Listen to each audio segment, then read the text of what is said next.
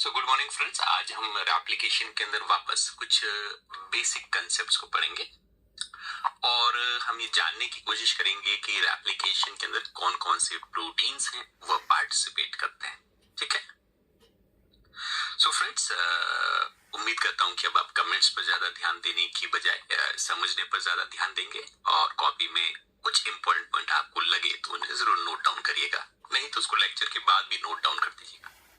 अपनी सारी एनर्जी लिखने में खर्च ना करें, सारी एनर्जी समझने में खर्च करें। ओके फ्रेंड्स, कल तक हम बात कर चुके थे कि डीएनए एप्लीकेशन है वह सेमी कंजर्वेटिव होता है। सेमी कंजर्वेटिव का मतलब भी हमें समझ में आ चुका है। सेमी कंजर्वेटिव का मतलब होता है one of the strand is the parental strand and another strand is new strand. और ये बात किसने कही थी, एक्सीडेंटली किसने प्रूव की थी, तो वह मेसेल्सन और स्टॉल ने। रेप्लिकेशन सेमी कंजर्वेटिव है या हो सकता है, इसके बारे में सबसे पहले वाटसन और क्रिक ने हाइपोथेसिस दी थी, पर मेसेल्सन और स्टॉल ने एक्सीडेंटली इसे प्रूव करने की कोशिश की कि डीएनए रेप्लिकेशन है वह सेमी कंजर्वेटिव है। कौन सी टेक्निक इस्तेमाल की थी उन्होंने, तो they have used a technique referred to as density gradient centrifugation. Okay, density gradient centrifugation में हम क्या करते हैं, इसमें कल भी बता रहा था, जो ट्यूब है उस ट्यूब के अंदर आप जैसे जैसे बॉटम टॉप टू बॉटम की तरफ मूव करते हैं, इस टेस्ट ट्यूब के अंदर ग्रेडियंट डेंसिटी का ग्रेडियंट बढ़ता जाता है। और कोई भी मॉलिक्यूल, चाहे वो प्रोटीन हो, डीएनए हो, आरएनए हो, उसको अगर हम यहाँ पर लोड करेंगे तो वो उस लेवल तक ही माइग्रेट करेगा जहां तक उसकी डेंसिटी इक्वल ना हो जाए। क्योंकि कोई भी कम डेंसिटी की चीज ज्यादा डेंसिटी में तो नहीं जा सकती। पेट्रोल है वो कभी पानी में तो जा नहीं सकता, वो हमेशा पेट्रोल पानी के ऊपर ही रहेगा क्योंकि उसकी डेंसिटी कम है। तो हमने क्या किया, अलग अलग जो ट्यूब है उस अलग अलग ट्यूब की जोन्स में देयर आर डिफरेंट डेंसिटी। मान ले यहाँ पर कोई डेंसिटी 1.3 ग्राम पर सेंटीमीटर क्यूब है, यहाँ पर 1.2 है, यहाँ पर डेंसिटी 1.1 है। अलग अलग रीजन के अंदर अलग अलग डेंसिटी है। यहाँ पर हमने क्या बना रखा है, डेंसिटी का ग्रेडियंट बना रखा है। ठीक है, इस तरीके से मान लें कि एक बार के लिए डेंसिटी का ग्रेडियंट है ना, सीजियम क्लोराइड ऐड कर रखा है हमने, कितना ऐड कर रखा है, ग्राम पर एमएल में हमने सपोज लिखा है इतना ग्राम्स पर एमएल। तो अलग अलग जगह पर अलग अलग ग्रेडियंट। किसी भी मॉलिक्यूल को लोड करोगे वो कहां तक माइग्रेट करेगा, वहां तक जहां तक कि उसको उसके बराबर की डेंसिटी न मिल जाए। जब तक डेंसिटी कम है तब तक वो उस मॉलिक्यूल के कंपैरिजन में सॉल्यूशन की डेंसिटी जब तक कम है तब तक वो नीचे आता जाएगा। और जैसे ही नीचे वाली लेयर की डेंसिटी हाई होगी उसके बाद कितना भी आप सेंट्रीफ्यूगल फोर्स डालो वो और नीचे नहीं जा सकता। ठीक है, ठीक है।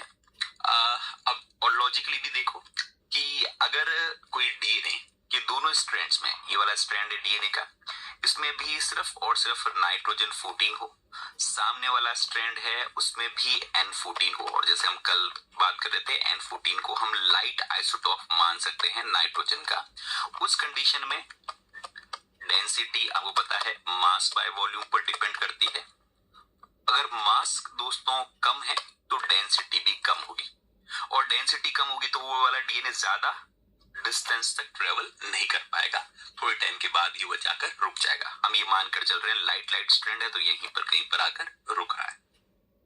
अगर दोनों स्ट्रैंड्स आपके N15 तरीके के हो, दोनों स्ट्रैंड में जहां कहीं पर भी नाइट्रोजनस बेसिस हो, सारा नाइट्रोजन नॉर्मल नाइट्रोजन की बजाय N15 तरीके का हो, उसको आप लोड करोगे तो आपको पता चलेगा कि वह काफी ज्यादा नीचे जा रहा है क्योंकि उसकी डेंसिटी ज्यादा है। डेंसिटी ज्यादा है तो it will keep on moving to the bottom, यानी अगर N14 यहां पर कहीं पर रुक रहा है तो N15 यहां पर जाकर कहीं पर रुकेगा।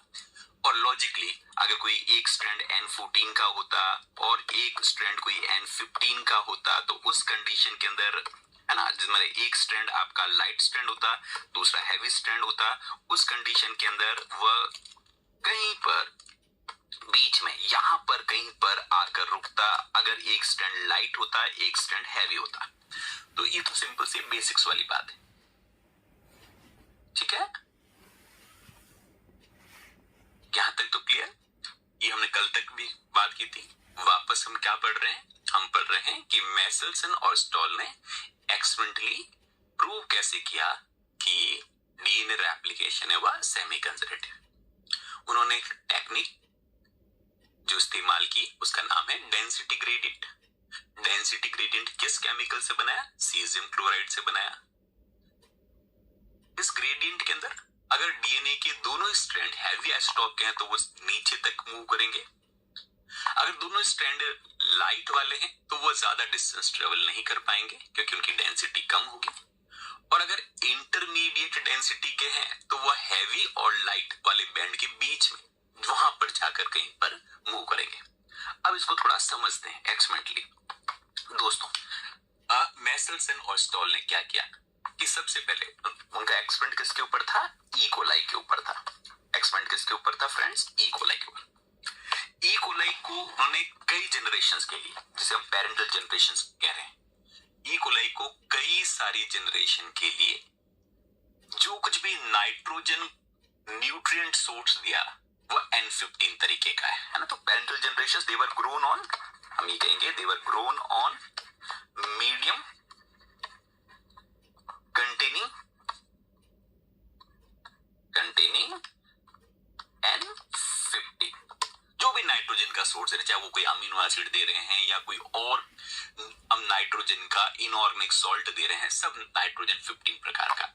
ऐसा करने पर क्या होगा कि वो ई कोलाई जो कई जनरेशन तक वहां पर मल्टीप्लाई हो रहा है, उसने नाइट्रोजन बेस बनाए होंगे। नाइट्रोजन बेस में, नाइट्रोजन बेस का मतलब प्यूरिन बनाए होंगे, पिरिमिडीन बनाए होंगे। और जहां कहीं पर भी प्यूरिन और पिरिमिडीन में नाइट्रोजन की आवश्यकता रही होगी, नाइट्रोजन 14 तो अवेलेबल था नहीं, नाइट्रोजन 15 का इस्तेमाल किया गया होगा। इसलिए ऐसे डीएनए के दोनों स्ट्रैंड हम कहेंगे कि वो कैसे बन गए, सारे के सारे दोनों स्ट्रैंड में जहां कहीं पर भी नाइट्रोजन चाहिए वो नाइट्रोजन सारा कैसा आ गया? N15 तरीके का, जिसको हम हैवी टाइप के स्ट्रैंड कह सकते हैं। और उन्होंने कंफर्म भी कर दिया कि इस बैक्टीरियल प्लेट के अंदर जो बैक्टीरिया मल्टीप्लाई हो रहे हैं उनमें से कहीं से भी आप बैक्टीरिया को पिकअप करें, कहीं से भी बैक्टीरिया को पिकअप करें, उसके डीएनए को आइसोलेट करें। डीएनए को आइसोलेट करने के बाद डेंसिटी ग्रेडियंट सेंट्रीफ्यूगेशन करें तो आप क्या पाएंगे कि वो हायर डेंसिटी पर जाकर अपना बैंड है वो फॉर्म कर रहा है। ठीक है, क्लियर यहां तक बात? तो सबसे पहली बात, उन्होंने ई कोलाई को कई पीढ़ियों तक ऐसे मीडियम पर ग्रो किया जिसमें सिर्फ N15 डाल रखा था। अब एक्सपेरिमेंट तो अब शुरू हो रहा है, यानी फाइनली क्योंकि नेचुरली जो ई कोलाई होते हैं उनके अंदर नाइट्रोजन 14 का इस्तेमाल होता है, पर इन्होंने कई जनरेशन तक नाइट्रोजन 15 वाले मीडियम पर रखा।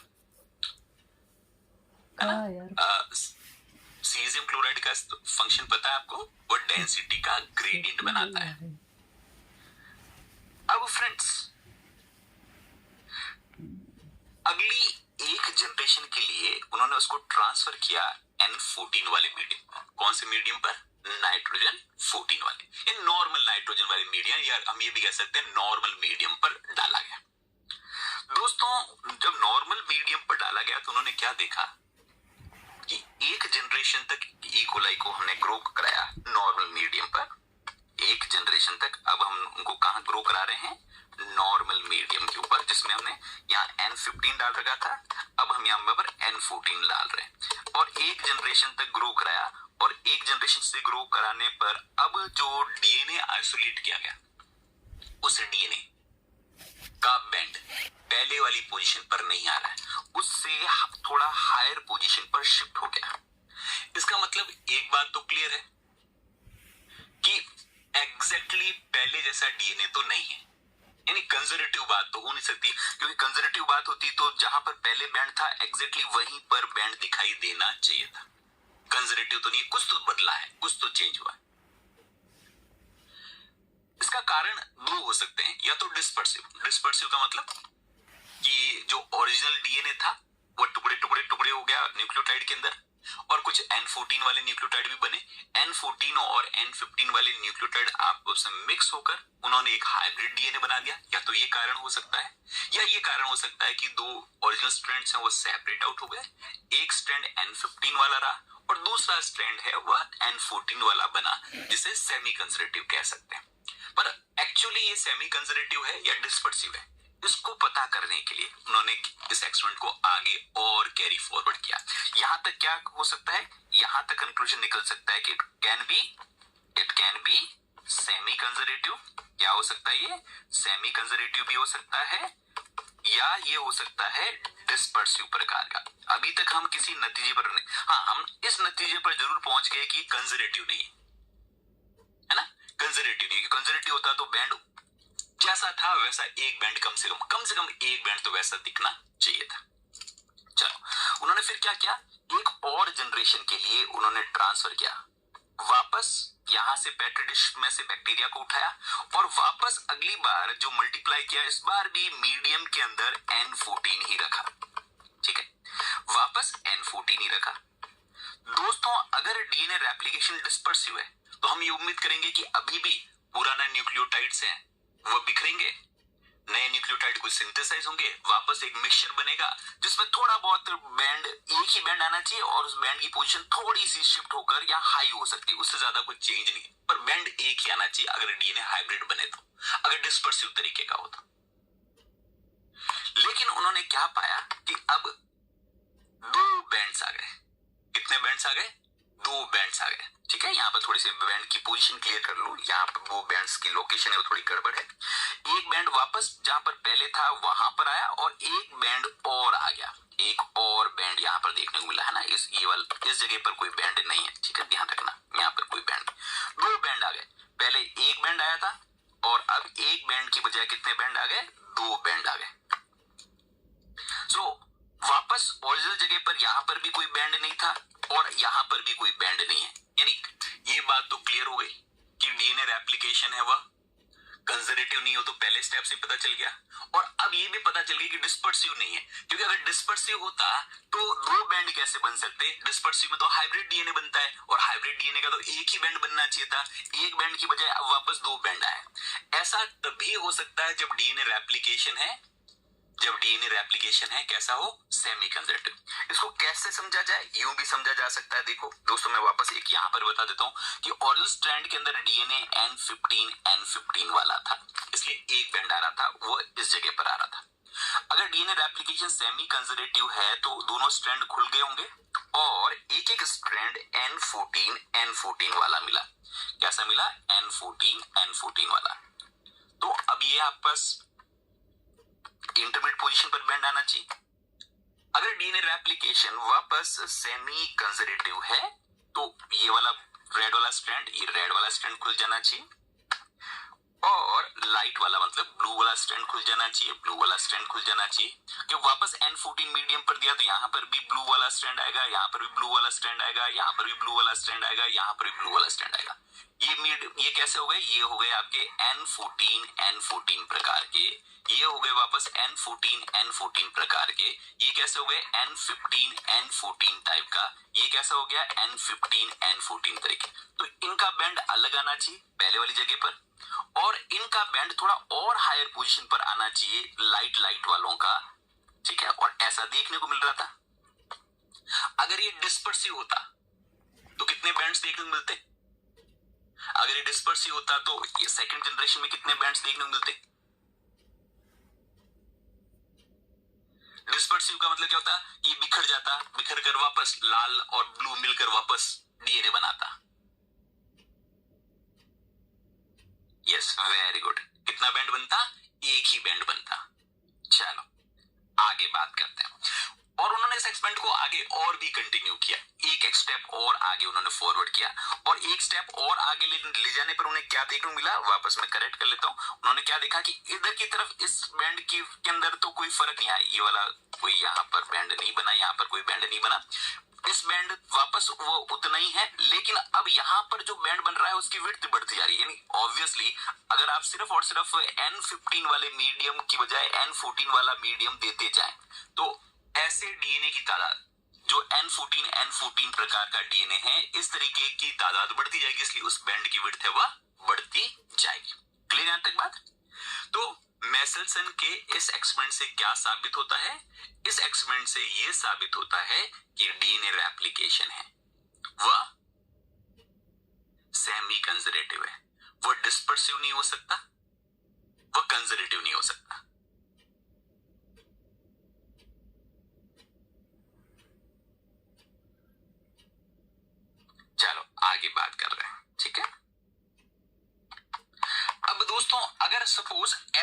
देखने को मिलता है ना, सपोज, है ना, suppose results were like this, ऐसे कुछ रिजल्ट्स होते हैं। अगर ऐसे कुछ रिजल्ट्स होते तो फिर क्या कहते कि आपने N15 वाले मीडियम पर रखा, फिर वापस अगली जनरेशन में सीधे दो बैंड आ गए, एक ऐसा और एक ऐसा। अगली जनरेशन में वापस दो बैंड आए, ये वाला सेम साइज का, इसकी बैंड की विड्थ थोड़ी बढ़ गई। अगली जनरेशन में वापस एक सेम जगह पर बैंड आया और एक और बैंड की विड्थ और ज्यादा बढ़ गई। कब कि पहले हमने किस पे रखा था, N15 वाले मीडियम पर, और फिर फर्स्ट जनरेशन, सेकंड जनरेशन और थर्ड जनरेशन ट्रांसफर किया हमने N14 वाले मीडियम पर। अब फिर मैं रिपीट कर लेता हूं। इस मेसेल्सन और स्टॉल ने क्या देखा कि सबसे पहली जनरेशन पहले उन्होंने N15 वाले मीडियम पर रखा, हैवी स्ट्रैंड पर। अगर डीएनए रेप्लिकेशन सेमी कंजर्वेटिव है तो दोनों स्ट्रैंड खुल जाने चाहिए, और इसके सामने भी N15 के सामने N14 वाला बनना चाहिए, इस N15 के सामने N14 वाला बनना चाहिए। अब आपके पास दो स्ट्रैंड्स ऐसे बनेंगे जिनकी डेंसिटी इंटरमीडिएट होगी, जो यहां पर देखने को मिल रही है ना, एक हैवी स्ट्रैंड और एक लाइट स्ट्रैंड, एक हैवी स्ट्रैंड और एक लाइट स्ट्रैंड। ये फर्स्ट जनरेशन के बाद ऐसा देखने को मिलेगा। सेकंड जनरेशन में वापस आप देखो, एक लाल वाले कलर को और ब्लू वाले कलर को वापस अलग कर दो, वापस लाल वाले कलर को और ब्लू वाले कलर को अलग कर दो, और वापस N14 यानी ब्लू कलर से लाइन बनाओ, तो आपके पास एक ऐसा डबल स्ट्रैंड डीएनए बन जाएगा जिसकी दोनों लाइनें ब्लू है, और यहाँ पर कुछ ऐसा डीएनए भी बनेगा जिसमें टेम्पलेट डीएनए N15 वाला भी है और ब्लू वाला भी है। इनकी डेंसिटी और भी कम होगी क्योंकि लाइट स्ट्रैंड होंगे, ये और हायर पोजीशन पर अपना बैंड बनाएंगे, जबकि इनकी डेंसिटी इंटरमीडिएट होगी। ठीक है, चलो ओके। अगर इसकी बजाय ऐसा कुछ रिजल्ट होता तो हमारा आंसर क्या होता, क्योंकि आप देख रहे हो ये वाला बैंड आगे से आगे चलता जा रहा है। अगर इस तरीके का कुछ रिजल्ट होता तो हम क्या कहते हैं, डीएनए रेप्लिकेशन कैसा है, कंजर्वेटिव, है ना, कंजर्वेटिव रेप्लिकेशन होता तो, है ना। ये मैं कह रहा हूं हाइपोथेटिकल बात है, एक्सपेरिमेंट में क्वेश्चन आ सकता है, हाइपोथेटिकल बात है कि डीएनए रेप्लिकेशन कैसे। अगर ऐसा कुछ रिजल्ट आपको देखने को मिलता तो हम उसे क्या कहते हैं, कंजर्वेटिव तरीके का कहते हैं। ठीक है, जिसमें ये हैवी स्ट्रैंड बन रहा है और बाकी का जो भी डीएनए बन रहा है वो लाइट वाला बन रहा है, यानी N14 वाले मीडियम का बन रहा है। Very good. और दोस्तों उसकी वजह अगर आपको ऐसा कुछ रिजल्ट आता तो फिर आप क्या कहते कि यहां पर एक बैंड था N15 वाले मीडियम पर रखने पर, फिर फर्स्ट जनरेशन पर रखा तो भी एक बैंड आया, सेकंड जनरेशन पे रखा तो भी एक बैंड आया पर थोड़ा सा हायर पोजीशन पर, थर्ड जनरेशन पे रखा तो भी एक ही बैंड आया, थोड़ी सी और हायर पोजीशन पर। सिर्फ पोजीशन शिफ्ट हो रही है, थोड़ी पोजीशन शिफ्ट हो रही है ना, यहां से थोड़ा सा ऊपर चला गया, यहां से थोड़ा सा और ऊपर चला गया। इससे क्या साबित होता है, अब क्या कहते हैं, if this experimental results were obtained, तो फिर अगर ऐसा उसे प्राप्त होता तो यस,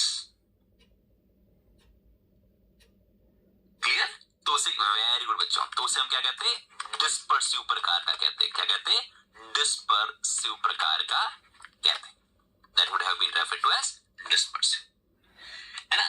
तो काम की बात क्या है, सेमी कंजर्वेटिव में क्या होना चाहिए, सेमी कंजर्वेटिव में क्या होना चाहिए, तो सेमी कंजर्वेटिव के अंदर क्या होना चाहिए कि फर्स्ट जनरेशन में एक बैंड होना चाहिए, सेकंड जनरेशन में दो बैंड आ जाने चाहिए, इवन थर्ड जनरेशन में भी दो बैंड आने चाहिए। ठीक है, तो अगर कंजर्वेटिव है तो वहां पर फर्स्ट जनरेशन में ही दो बैंड आ जाएंगे, सेकंड जनरेशन में भी दो बैंड रहेंगे, थर्ड जनरेशन में भी दो बैंड रहेंगे।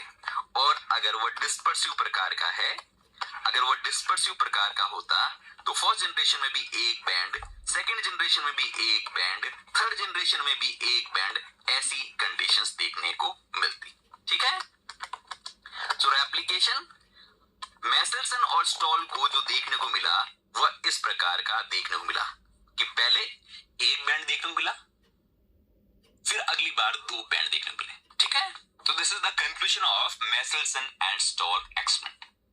चलें आगे। सो मेसेल्सन और स्टॉल ने ई कोलाई में एक्सपेरिमेंट के थ्रू ये प्रूव करने की कोशिश की कि डीएनए रेप्लिकेशन है वह सेमी कंजर्वेटिव प्रकार का होता है। ओके, इस पे क्वेश्चन बन सकता है 4 नंबर का। हाइपोथेटिकली सेमी कंजर्वेटिव की बजाय कुछ अलग सिनेरियो देकर पूछा जा सकता है। मतलब ऐसा हो जाता है ना, प्लूटो पे गए और प्लूटो पर हमें एक बैक्टीरिया मिला और बैक्टीरिया जो मिला उसको हमने आइसोलेट पहले N15 वाले मीडियम पर कल्चर किया, फिर उनको सक्सेसिव फर्स्ट जनरेशन और सेकंड जनरेशन के लिए N14 वाले मीडियम पर ट्रांसफर किया और कुछ इस प्रकार के रिजल्ट आए। तो इसके आधार पर हम क्या कह सकते हैं? तो वहां पर फिर आंसर हमेशा सेमी कंजर्वेटिव हो कोई जरूरी नहीं है, आंसर कुछ अलग भी निकल सकता है। ओके, चलो आगे बात करते हैं बच्चों। नाउ ठीक है, ये बात तो समझ में आ गई कि डीएनए रेप्लिकेशन प्रोकैरियोट्स में सेमी कंजर्वेटिव है, पर डीएनए रेप्लिकेशन यूकैरियोट्स में भी सेमी कंजर्वेटिव होता है। ये कैसे प्रूव करें? How to prove that DNA replication is semi conservative in eukaryotic system. तो वह भाई यूकैरियोट में आप कैसे मान लें प्रोकैरियोट में सेमी कंजर्वेटिव मेसेल्सन और स्टॉल भगवान ने कहा है तो हम मान लेते हैं। तो यूकैरियोट में भी डीएनए रेप्लिकेशन सेमी कंजर्वेटिव होता है। ये सबसे पहले एक वैज्ञानिक रहे थे जिनका नाम था जे हर्बर्ट। उन्होंने एक्सपेरिमेंटली प्रूव करने की कोशिश की मैमेलियन सेल्स के अंदर, कल्चर्ड मैमेलियन सेल्स के अंदर, that DNA replication is semi conservative.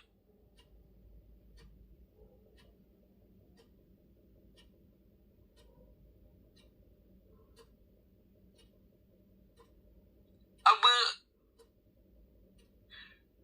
उनके लिए उन्होंने क्या किया?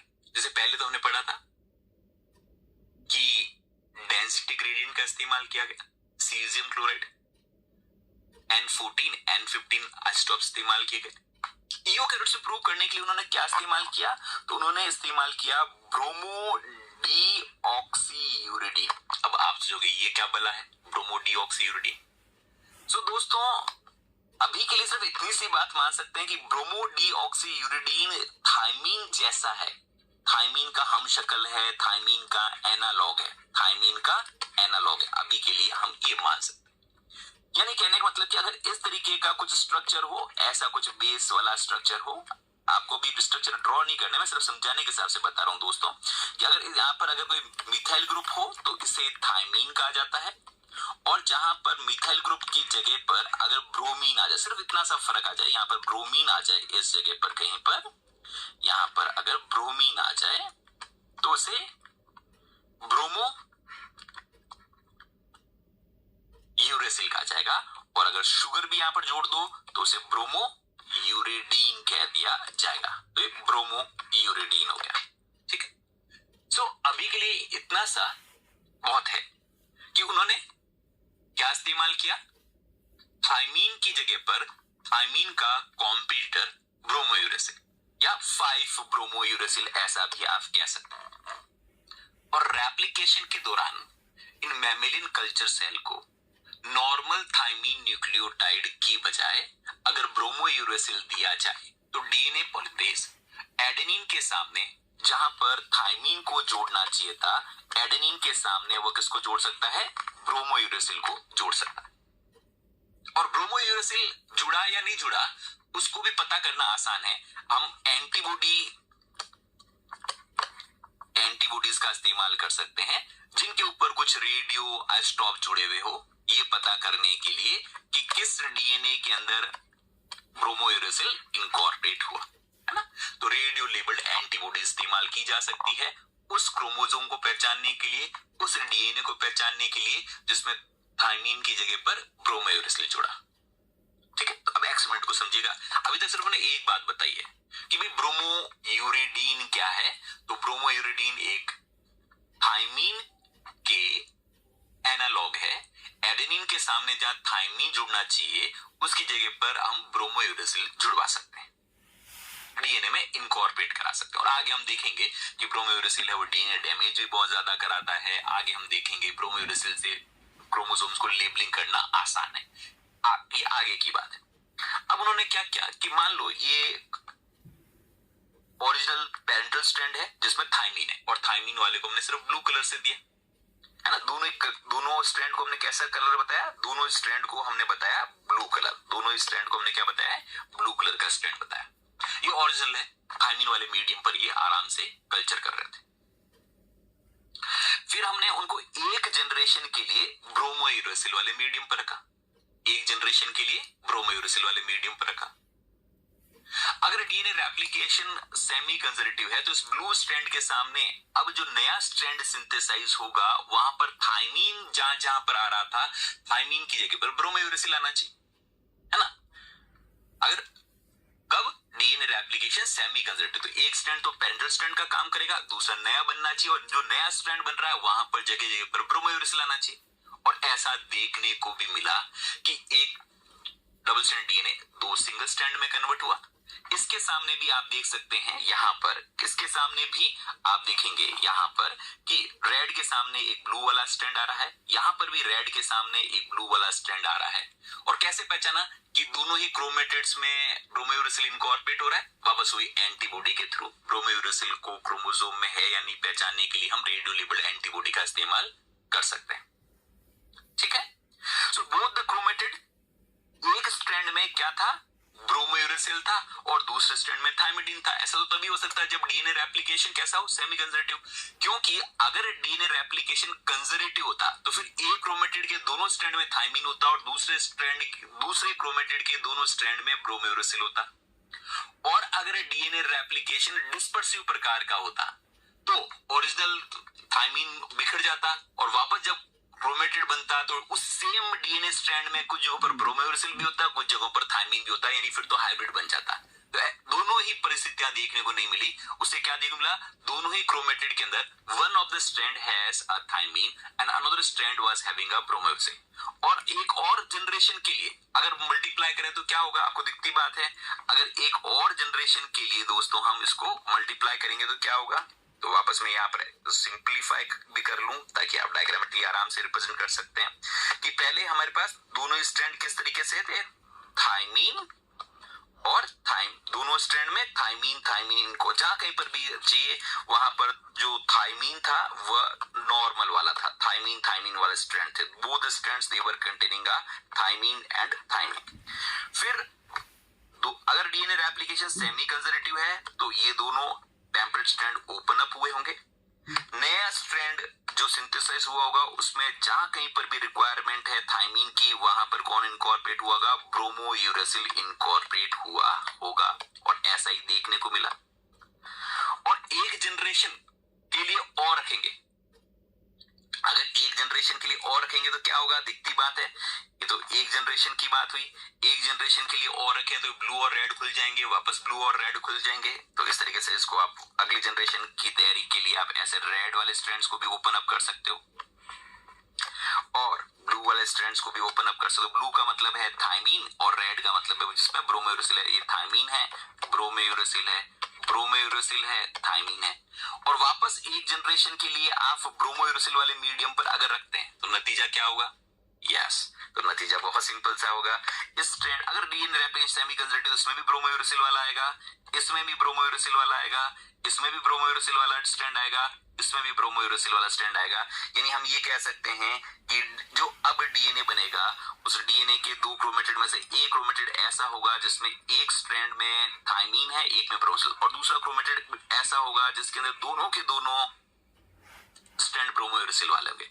इस क्रोमोसोम में भी एक क्रोमेटिड के दोनों स्ट्रैंड ब्रोमोयूरेसिल वाले होंगे और दूसरे में एक स्ट्रैंड थाइमीन वाला, एक ब्रोमोयूरेसिल वाला। ये तभी हो सकता है जब डीएनए रेप्लिकेशन कैसा हो, सेमी कंजर्वेटिव तरीके का। डिस्पर्सिव होता तो पहले से एक मिक्सचर हाइब्रिड बना हुआ आता। तो यही बात एक्सपेरिमेंटली किसने प्रूव की, वापस इसी तरीके के नतीजे किसको देखने को मिले, हर्बर्ट को।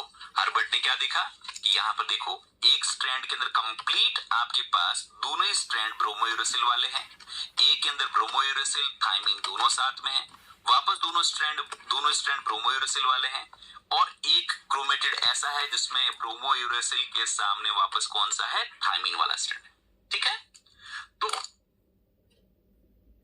यहां पर बेंड नहीं बन रहे हैं रितिका, है ना, यहां पर बेंड नहीं बन रहे हैं। यहां पर हम ये देख रहे हैं कि क्रोमोसोम के अंदर जो क्रोमेटिड्स हैं, उन क्रोमेटिड के जो दो स्ट्रैंड्स हैं, हर क्रोमोसोम के अंदर दो क्रोमेटिड्स हो सकते हैं, और हर क्रोमेटिड के अंदर एक डबल स्ट्रैंडेड डीएनए होता है। हम ये देख रहे हैं कि उस डबल स्ट्रैंडेड डीएनए के दोनों स्ट्रैंड्स किस प्रकार के।